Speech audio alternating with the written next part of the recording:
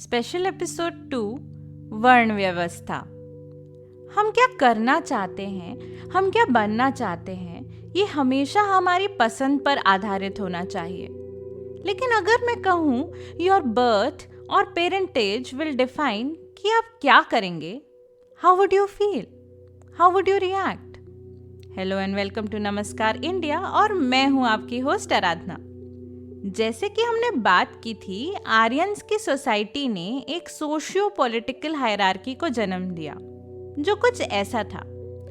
पुजारियों और उनकी फैमिलीज को ब्राह्मण कहा गया, योद्धाओं, राजाओं और उनकी फैमिलीज को क्षत्रिय कहा गया।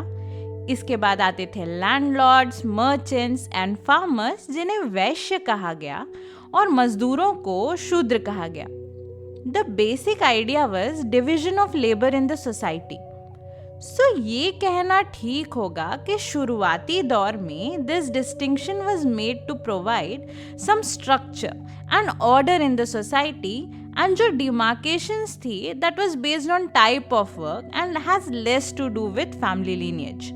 बट जैसा कि आप जानते हैं, समय के साथ these demarcations became more strict and also tied to the color of the skin. ब्राह्मण एंड क्षत्रिय वर्गों को समाज में काफी ऊंचा दर्जा दिया गया और शूद्रों को निम्न समझा गया। और जिसने इस वर्ण व्यवस्था को तोड़ने की कोशिश की या उसका उल्लंघन किया, उन्हें अछूत या अनटचेबल माना गया। और कुछ इस तरह कास्ट सिस्टम का जन्म हुआ।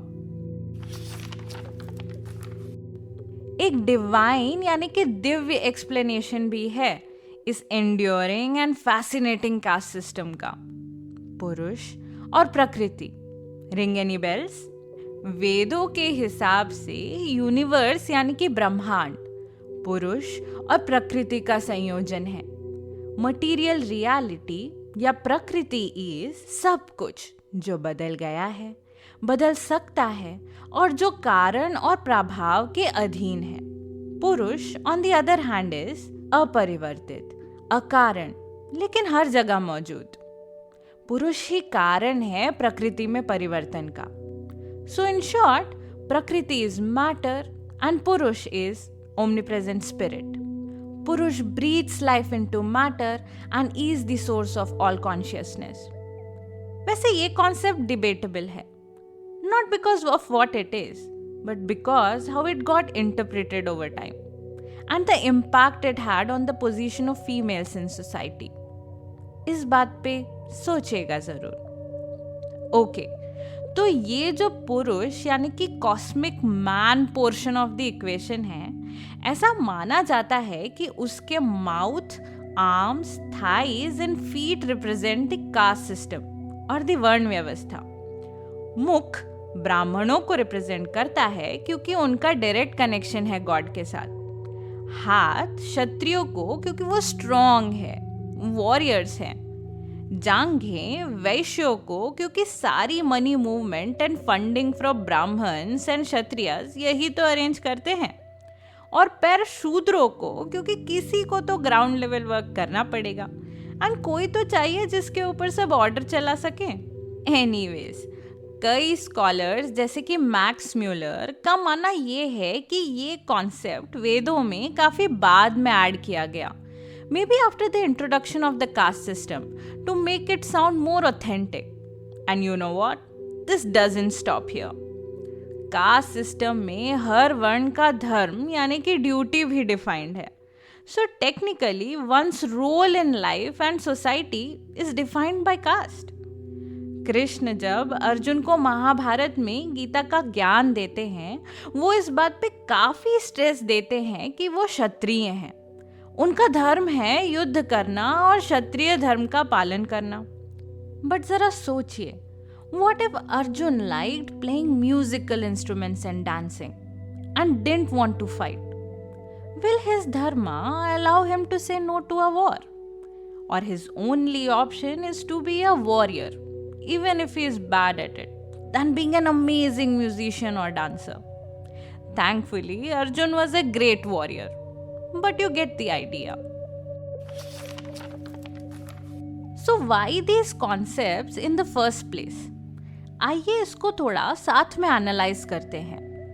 इसकी सोशल रीजनिंग को समझना काफी सिंपल है.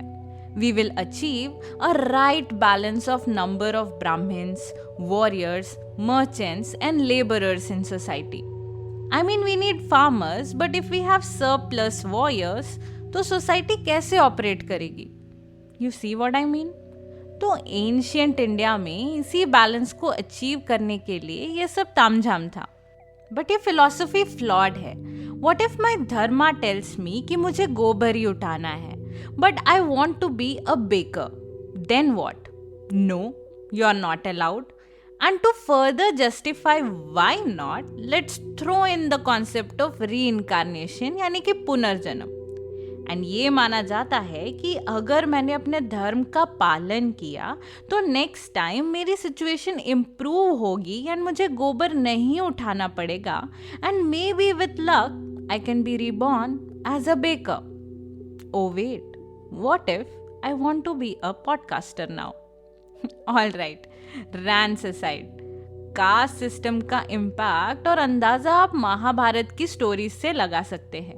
एकलव्य जो कि एक व्याध का बेटा था, यानी कि एक ट्राइबल था, उसको द्रोणाचार्य ने शिष्य मानने से मना कर दिया. इनफैक्ट फ्यूचर में नॉन क्षत्रिय समाज से कुरु राजकुमारों को कोई प्रॉब्लम ना आए या थ्रेट ना आ रहे, इसलिए उन्होंने उसका अंगूठा गुरु दक्षिणा में मांग लिया. सिमिलरली उन्होंने कर्ण को भी अपना शिष्य बनाने से मना कर दिया था, just because he was a सूत पुत्र यानी सारथी का बेटा.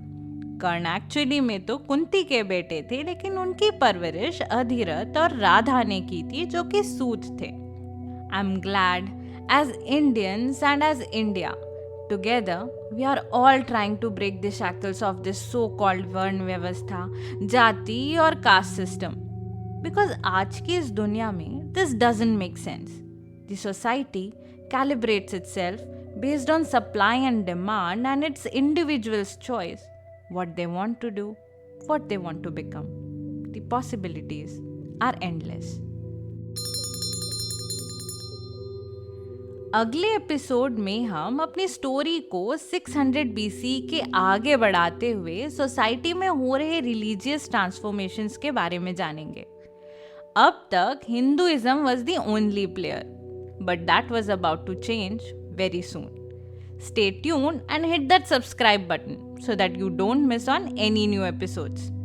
Thanks for listening and this is your host Aradhna, signing off until next time. अगर आपको ये एपिसोड पसंद आया हो तो don't forget to subscribe and अपने फ्रेंड्स एंड फैमिली के साथ भी ज़रूर शेयर कीजिएगा. मेरे लिए कोई फीडबैक हो तो you can reach me on my Instagram handle @adupala, जिसका लिंक आपको डिस्क्रिप्शन में मिल जाएगा.